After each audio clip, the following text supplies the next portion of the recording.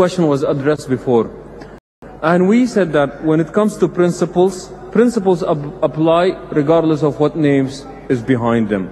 So, if what is taking place is wrong, then it really does not matter who is the name behind it. And we said that wrong does not become right because the ones that are doing it are Muslims. Wrong is still wrong.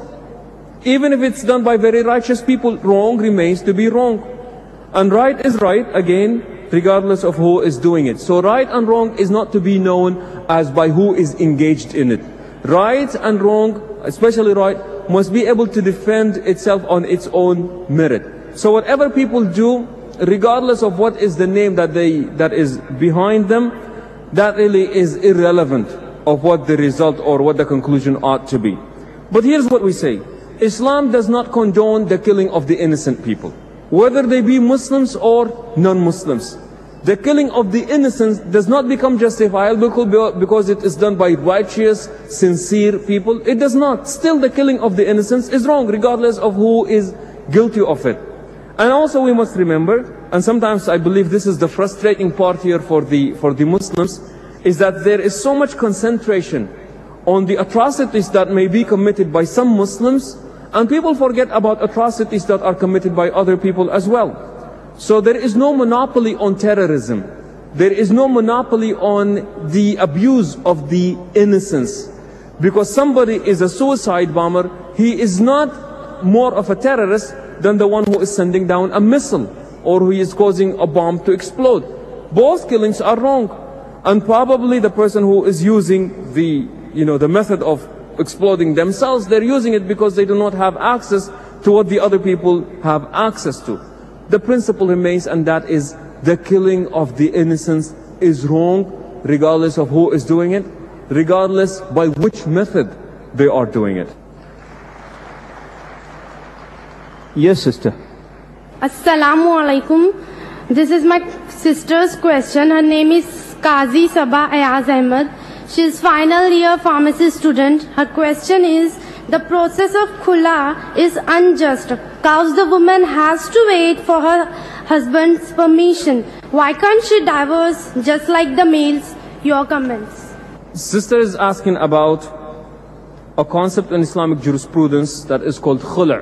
The woman's ability and right to literally extract, because that's what khula means, to extract herself from the marriage. And usually, khula does not necessitate and does not require the approval of the husband as far as the woman wanting to take herself out of the marriage. The agreement is in what is he to be compensated with. Let me give you an example. A brother, and I'm sure that the case is different here in India, at least in the story that I am about to tell.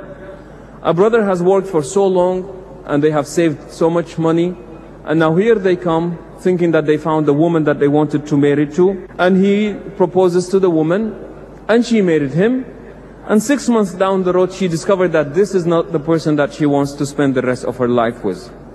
However, this man has spent so much money, so much savings, so much hard work in making sure that he has a family now.